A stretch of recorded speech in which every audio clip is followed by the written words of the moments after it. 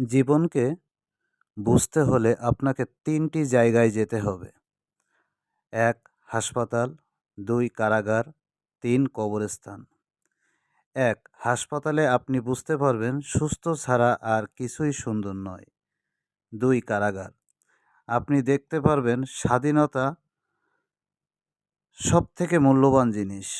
৩. কবরস্থান, আপনি বুঝতে পারবেন জীবনের কোনো মূল্য নেই। আজকে যে মাটিতে হাঁটছেন, আগামীকাল তা আমাদের ছাদ হবে। এটাই জীবন। তবে কেন আমাদের এত অহংকার? জীবনকে বুঝতে চান? ৩টি জায়গায় ঘুরুন, ৩টি জায়গায় অবস্থান করুন। দেখবেন জীবনটা আসলে কিছুই নয়। জীবনটা শুধু ক্ষণিকের জন্য আমরা দুনিয়াতে। সুন্দর বৃষ্টির একটা ভিডিও দিয়ে আপনাদের কিছু কথা বললাম।